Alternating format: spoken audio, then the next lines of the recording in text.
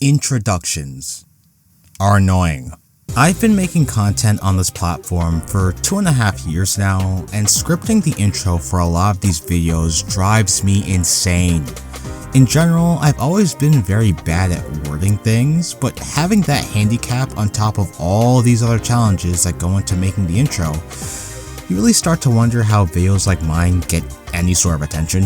You have all these ideas and thoughts and emotions that you want to pour into the video, but you just have no idea on how you want to introduce them to the audience. Obviously, you want to do the topic that you're covering justice and know the potential that the video has, but implementing all these ideas into something that gets people engaged at the very start, it straight up feels impossible sometimes, man.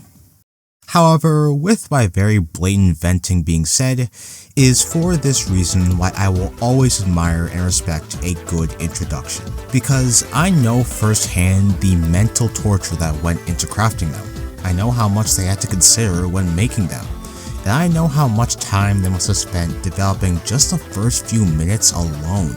I am fully aware that I'm just some loser on the internet who makes 3 out of 10 content on YouTube, but that doesn't mean that in terms of creating an engaging and compelling opening, I don't have it any less tough.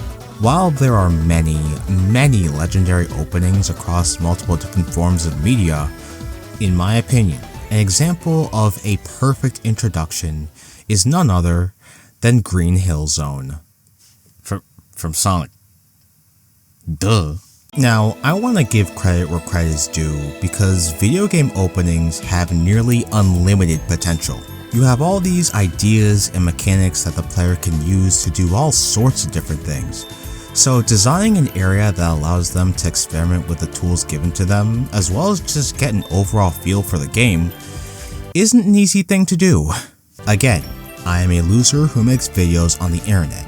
I am in no way, shape, or form qualified to speak on the game design fundamentals for how these things work, but I can't help but think that it must have been a very difficult and time-consuming process. But Sonic games have always managed to achieve all of those things with so much ease. Whether you're snowboarding down the streets of City Escape or demolishing everything in your path through Apatos, these games always manage to introduce the main mechanics and tone of the game while bringing along their own flair and style. There are very few Sonic games that have a bad first level. Even some of the weaker games in the series have incredible levels that properly introduce the type of game you're playing, for better and for worse. While each of these games houses some of the greatest intros gaming has ever seen, none of them would exist without Green Hill Zone, which in many respects is the series' magnum opus, and for very, very good reason.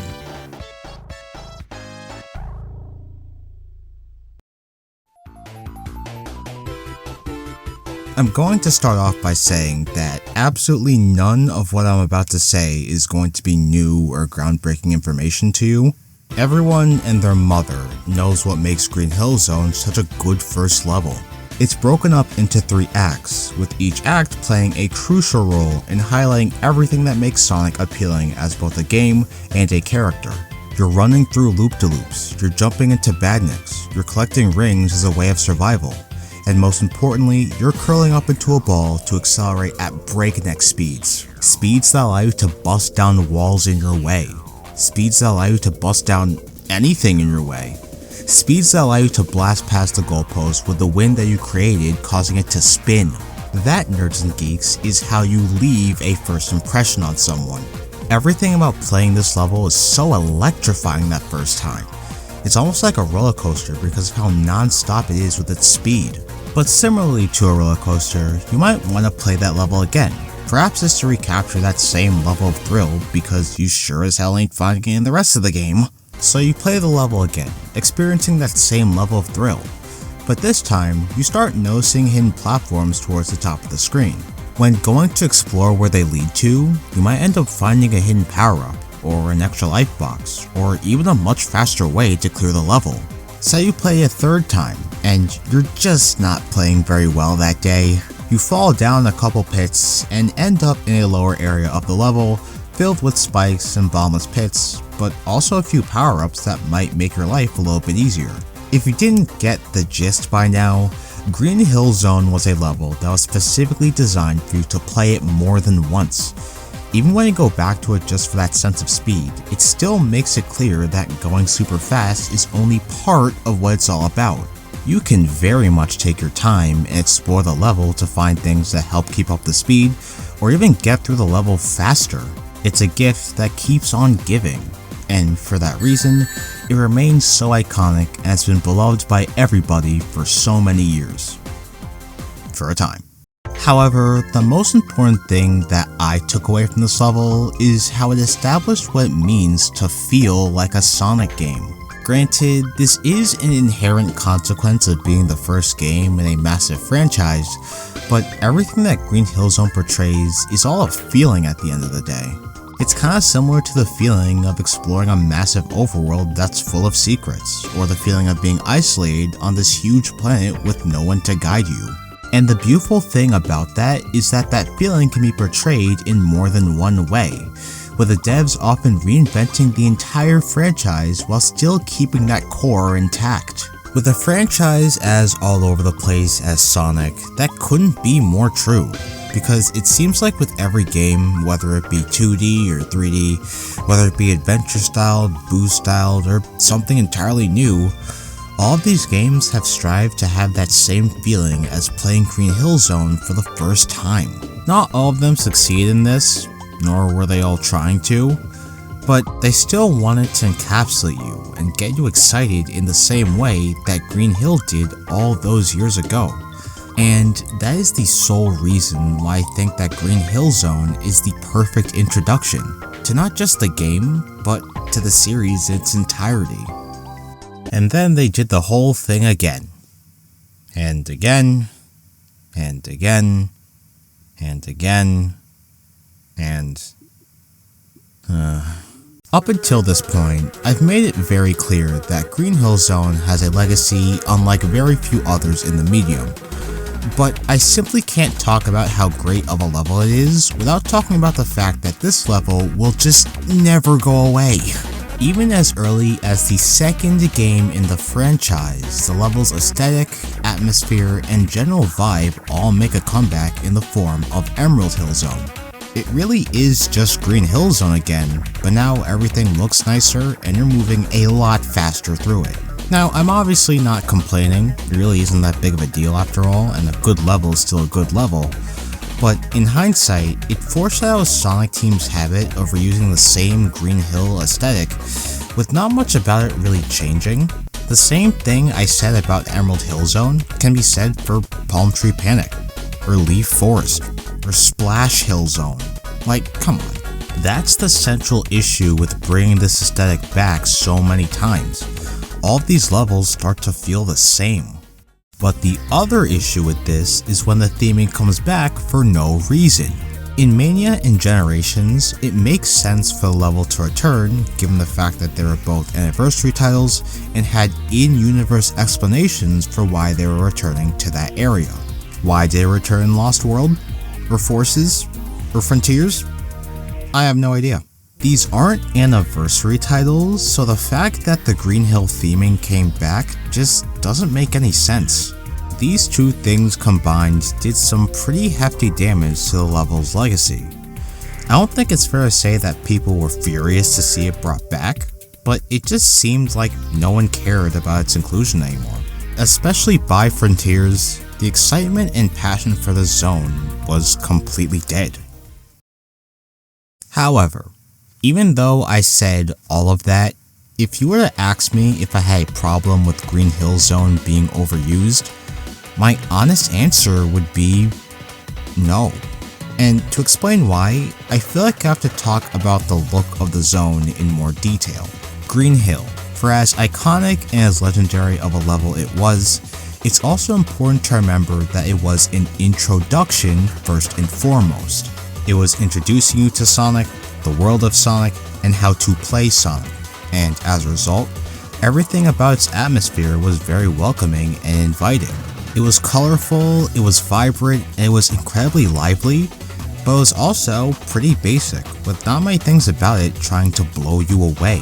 It got you excited and pumped while still teaching you how the game works. And again, in a series as all over the place as Sonic, that's a lot more important than you realize. So with games like Lost World or Frontiers, both of which having controls and mechanics unique from any other game in the series, introducing all those things in a level as familiar and recognizable as Green Hill feels right. It feels natural. And I really can't tell you why. Something about this very recognizable area being used to teach me new stuff just feels very comforting. In a sense, it kinda shows how far the franchise has come, and shows that the look that Green Hill Zone has still has use. Even in the games that don't reinvent the wheel and stick to an established formula, it still feels very welcoming to have an older theme introduce a new experience. However, the one thing that I'll still criticize about Green Hill Zone returning is that we rarely ever get to see the level be expanded upon or evolved in any meaningful way. And while it sucks that there aren't more cases of this, the few levels that do attempt something like that are awesome, because what a lot of them do is that they take that core Green Hill aesthetic and fuse it with something entirely different. Look at levels like Neo Green Hill from off of Sonic Advance, a zone that very clearly still uses the Green Hill theming but adds so many things on top of it. You start the level on a beach, filled with beach umbrellas and wooden balconies. There are actual, roads and concrete that are present throughout the level, and in the second act where you fight Eggman, you're doing so on a whole friggin' bridge. This is what I'm talking about, dude. It takes Green Hill Zone and matches it up with aspects from the real world. It sounds like a very weird combination on paper, but Dimps managed to make it work, and as a result, we get a level that truly feels like an alternate take on the famous aesthetic. We can also see more of this in Sonic Forces. Please hear me out. Forces matches up the Green Hill theming with a whole lot of sand, which again sounds very weird and nonsensical, but man, the results are actually really good. It sells the fact that Green Hill Zone is currently being turned into a wasteland, and although the level ends before the idea could be further explored, it again serves as a creative way of expanding on the Green Hill aesthetic. But by far my favorite example of this is also one that I feel like people are probably the most familiar with, Seaside Hill from Sonic Heroes. Heroes takes Green Hill Zone and combines it with this ancient ruins theme. The checkerboards from the source material still appear, but it has such a smaller presence compared to just how much red and white you're seeing. The ruins are woven beautifully into the aesthetic, and the level design plays around with it a lot, leading to some of the most memorable set pieces the series has ever seen. And I know this technically isn't the first level, but Ocean Palace delves into this idea further, featuring more areas where you can explore the ruins, rolling stones that chase you towards the end of the level, wonder what could have possibly inspired that, and this whole turtle section that comes out of nowhere. I really do believe that this is one of the best starting stages in the entire series, simply because it feels like an actual honest-to-God sequel to what Green Hill Zone was doing. It doesn't just do the same thing over again, but it evolves and adds so much to the aesthetic that, honestly, it feels like an entirely original zone. It says a lot that when Sonic Generations came out, Seaside Hill was featured in the same game as the zone that inspired it, alongside a level like City Escape, which is entirely unique. All three of these zones are yet another reason why I don't mind seeing the area come back, because even to this day, this aesthetic still has so much untapped potential. Seaside Hill especially proves that when done right, these levels can create a legacy of its own, and stand out despite sharing those small little similarities. For the record, I will always prefer it when the games introduce the experience with an entirely new aesthetic, mainly because the games that have done so over the years have consistently knocked it out of the park, but Green Hill Zone serves its purpose as being a comforting introduction, as well as having nearly unlimited potential to be expanded upon. It sparks creativity and has so many iterations that, even if they are just doing the same thing over again, they're still getting the same point across. A majority of them still feel like roller coaster rides, they still feature chances to go off the beaten path and explore, and most importantly, they all still keep the feeling of Sonic intact. Not everything has to be completely revolutionary to achieve those things, and if future Sonic games start off with a Green Hill Zone lookalike, to be honest, I'll probably still have the same reaction, but as long as they're fun and well designed, I'll be happy. Except if it looks like this. If it looks anything close to this, I'm suing you, SEGA.